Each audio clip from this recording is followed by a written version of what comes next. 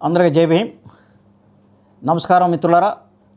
ఈరోజు ఆంధ్రప్రదేశ్లో లక్షలాది మంది రైతులు, మధ్యతరగతి కుటుంబాలు మరి వారసత్వ భూముల యజమానులను తీవ్రంగా ప్రభావితం చేస్తున్న ఒక కీలక అంశం గురించి మనం మాట్లాడుకుందాం.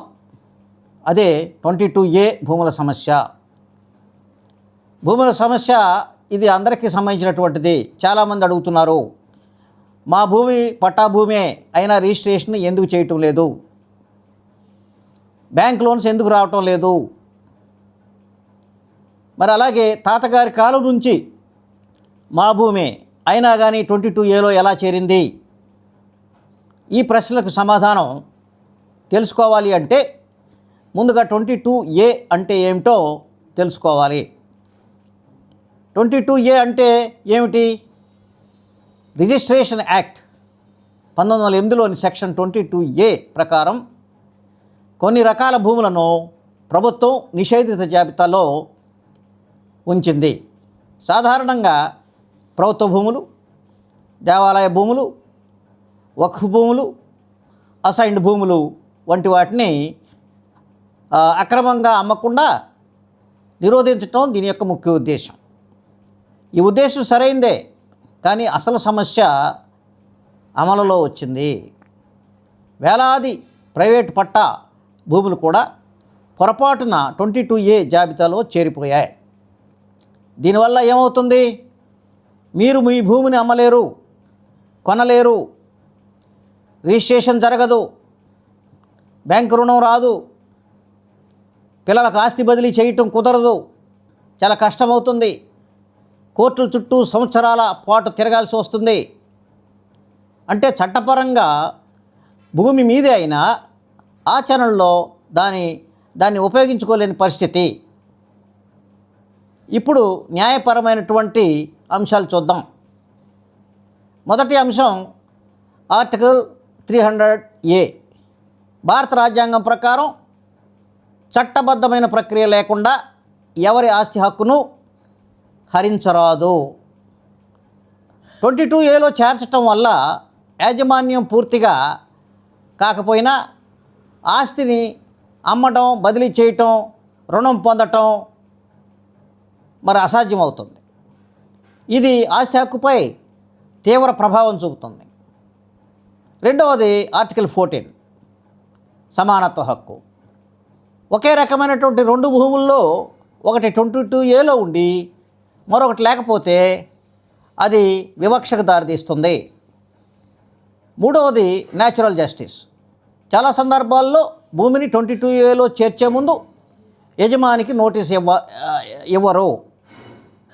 యాక్చువల్గా ఇవ్వరు, వివరణ కోరరు, విచారణ నిర్వహించరు. ఇది సహజ న్యాయ సూత్రాలకు విరుద్ధంగా ఉంది. నాలుగవది స్పీకింగ్ ఆర్డర్ లేకపోవటం. ఎందుకు 22Aలో చేర్చారో స్పష్టమైనటువంటి కారణాలతో ఉత్తర్వులు ఇవ్వకపోవటం వల్ల ప్రజలు కోర్టుకు వెళ్లాల్సి వస్తుంది. సో ఐదవది రెవెన్యూ మరియు రిజిస్ట్రేషన్ శాఖల మధ్యన సమన్వయమైనటువంటి లేకపోవటం. రెవెన్యూ రికార్డుల్లో ప్రైవేట్ పట్టాగా ఉండగా రిజిస్ట్రేషన్ శాఖ మాత్రం 22Aగా చూపే సందర్భాలు ఉన్నాయి. మళ్ళీ ఇది వైస్ వర్సా కూడా ఉంది. దీనివల్ల ప్రజలు రెండు శాఖల మధ్య తిరుగుతున్నారు. ఆరవది త్వరిత అప్పీల్ వ్యవస్థ లేకపోవటం. తప్పు జరిగితే దాన్ని సరిదిద్దుకోవడానికి జిల్లా స్థాయిలో సమర్థవంతమైనటువంటి ట్రిబ్యునల్ వ్యవస్థ లేకపోవటం వల్ల హైకోర్టును ఆశ్రయించాల్సి వస్తుంది. ఇది సాధారణ రైతుకు భారమైనటువంటి ప్రక్రియ. ఇప్పుడు పరిష్కారాలు ఏమిటి అనేది చూద్దాం. మొదటిగా 22A జాబితాను రాష్ట్ర వ్యాప్తంగా సమీక్షించాలి. రెండవది భూమిని 22Aలో చేర్చే ముందు తప్పనిసరిగా నోటీస్ ఇవ్వాలి. మూడవది వ్యక్తిగత విచారణ నిర్వహించాలి. నాలుగవది ప్రతి నిర్ణయానికి కారణాలతో కూడిన ఉత్తర్వులు ఇవ్వాలి. ఐదవది తప్పుగా చేర్చిన భూములను 90 రోజుల్లో తొలగించే చట్టపరమైనటువంటి కాల పరిమితిని ఉండాలి. 6వది రెవెన్యూ సర్వే రిజిస్ట్రేషన్ రికార్డులను ఒకే డిజిటల్ ప్లాట్ఫామ్లో సమన్వయం చేయాలి. 7వది ప్రతి జిల్లాలో స్వతంత్ర 22A అప్పీల్ ట్రిబ్యునల్ ఏర్పాటు చేయాలి. 8వది అధికారుల తప్పిదాల వల్ల నష్టం జరిగితే బాధ్యతను నిర్ణయించి అవసరమైతే పరిహారం చెల్లించే విధానం తీసుకురావాలి. చివరగా ఒక ముఖ్యమైన విషయం,